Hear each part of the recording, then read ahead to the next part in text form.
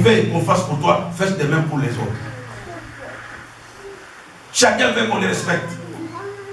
Toi aussi, tu dois respecter les autres. La communion et l'unité recommandent le respect mutuel. Bien-aimé,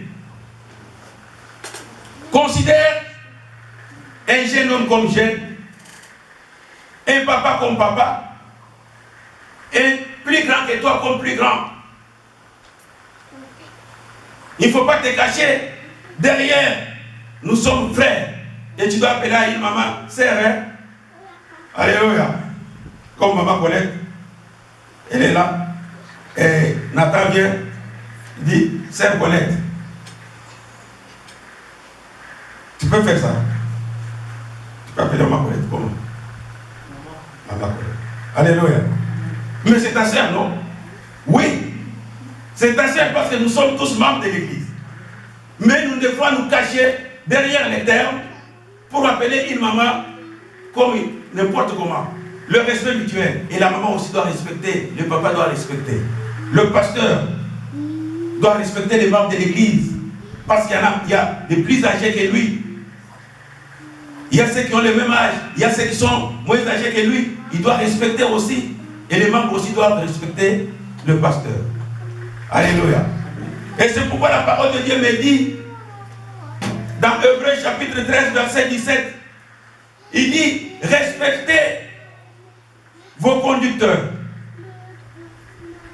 Parce que ils veillent sur vos âmes. Comme s'ils devaient rendre compte au Seigneur. Oui, ils vont rendre compte au Seigneur quand il reviendra.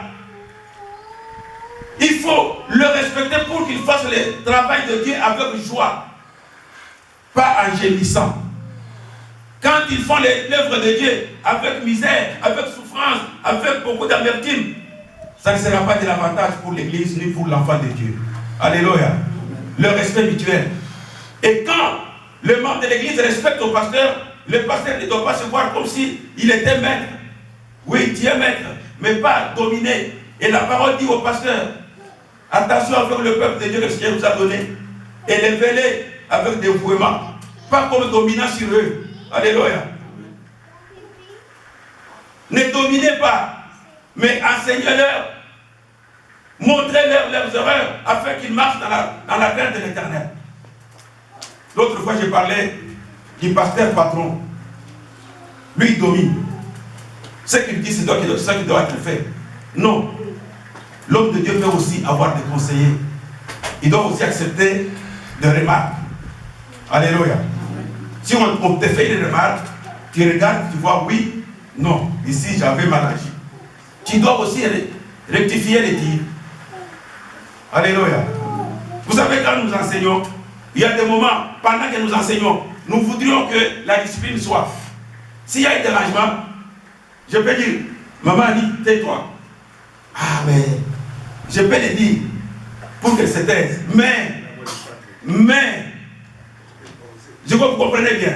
Mais, elle va se taire, mais elle est blessée. J'espère que vous comprenez bien. C'est pourquoi, pendant qu'on enseigne, on doit avoir aussi de l'intelligence et aussi de la sagesse. Savoir qu'est-ce que je peux sortir de ma bouche. Et si je vois que je l'ai fait et qu'elle est blessée, je m'approche pour dire, ma soeur, excuse-moi. Je crois par moment je l'ai fait. Quand je vois l'autre fois j'avais fait, je crois avec une sœur ici, c'était pendant la semaine. Et après je lui dis, ma soeur, pardon, j'ai parlé très difficile, très méchamment. Elle a dit, oui papa, j'ai compris. Moi-même, c'est moi qui étais en erreur. Mais c'est difficile que quand on est déjà fâché, qu'on connaisse qu'on était en erreur. Et c'est pourquoi il faut être toujours, il faut avoir prier que le Saint-Esprit dirige pendant qu'on est en train de travailler ou de diriger. Alléluia. Alors, la parole nous exige, nous devons avoir des affections les uns envers les autres. Parce que nous sommes des frères. Vous savez, quand vous êtes enfant d'une même famille, d'un même père, d'une même mère, vous avez une affection. Alléluia. Quand vous vous retrouvez, vous vous réjouissez. C'est aussi ce qui se passe. Quand je retrouve mon frère en Christ, je le vois plus même que mon frère dans la chair. Parce que mon frère dans la chair, nous sommes liés par le sang. Mais avec ma sœur en Christ, c'est par le Saint-Esprit. Parce que nous vivons avec lui ou avec elle éternellement. Nous devons avoir des affections. Nous devons avoir de l'amour mutuel. Nous devons nous supporter. J'ai toujours donné l'exemple. Supporter, c'est-à-dire, on te fait du mal, tu ne réagis pas. Tu te dis, ah, c'est une erreur, tu supportes. Mais il ne faut pas supporter, dire, je supporte, mais je ne veux pas lui parler. Il reste dans son coin, moi je suis dans mon coin. Non, ça c'est pas. On ne nous a pas appelés à vivre comme des ennemis. Si nous vivons comme ça, nous sommes en division. Alléluia.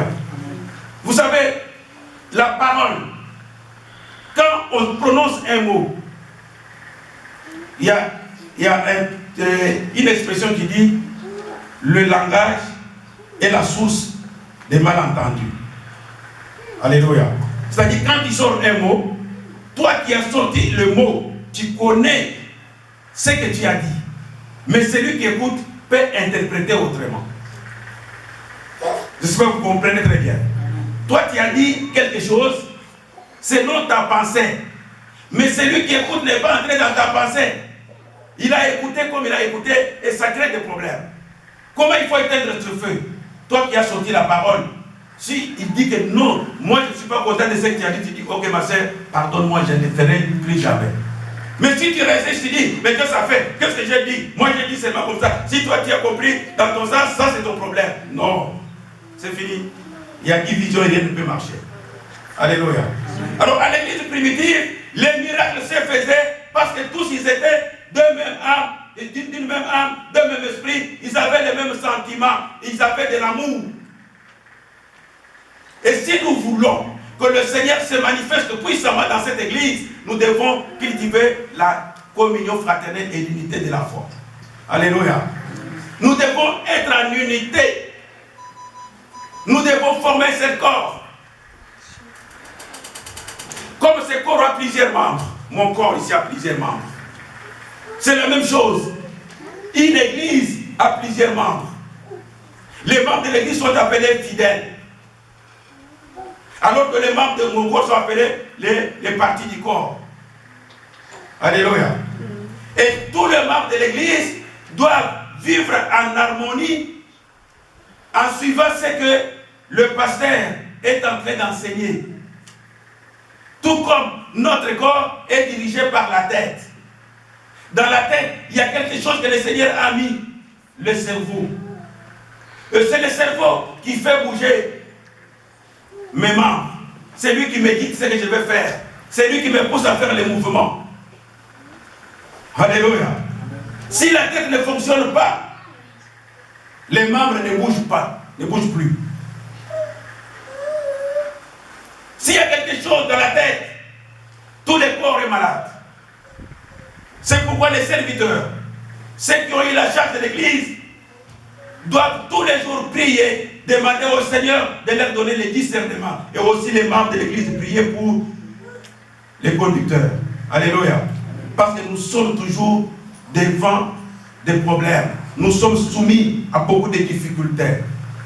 Pendant que j'ai prié pour toi, quand tu es attaqué, j'ai prié pour toi, cette attaque me revient. Et si j'ai prié pour 5 personnes, j'ai 5 attaques. Et quand je suis faible, j'ai besoin que l'église prie pour moi. Voilà l'importance de la communion. Voilà l'importance de l'unité. Nous sommes membres à la maison. Priez aussi pour vos pasteurs. Nous sommes les plus attaqués. Alléluia. Et quand nous nous forçons à délivrer, les autres esprits s'assemblent pour venir nous attaquer. Vos prières vont nous aider.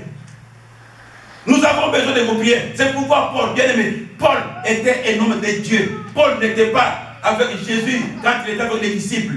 Le Seigneur a rencontré Paul après.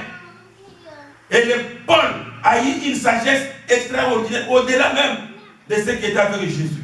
Même Paul Pierre l'a inventé. Alléluia. Je suis très content de Pierre. Il pouvait dire que c'est à moi que le Seigneur avait donné la clé. Non, mais il dit à l'église, il dit, faites attention. Faites attention avec Paul.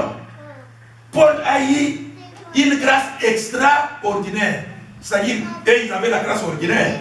Il dit qu'il a eu une grâce ordinaire. Quand il enseigne des choses avec une sagesse très élevée. Ceux qui ne comprennent pas l'enseignement de Paul peuvent tordre l'essence du terme ou l'essence de la phrase. Alléluia. Alors j'ai compris que pendant que nous travaillons ensemble, s'il y a quelqu'un qui fait quelque chose de bien, il faut les vanter. Alléluia. Pierre n'a pas fermé la bouche pour dire aux autres, attention avec Paul.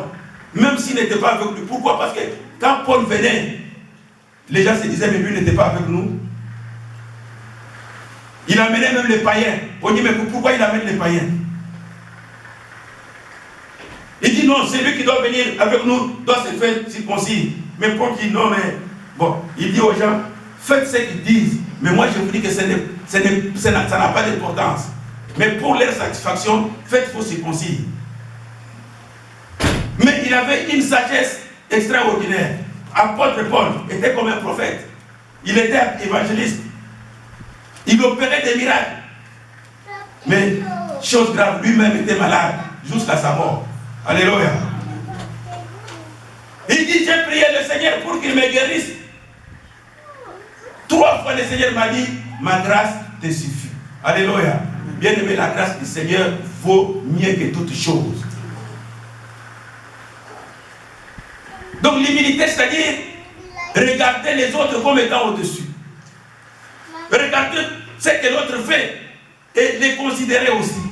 Il ne faut pas seulement regarder ses intérêts.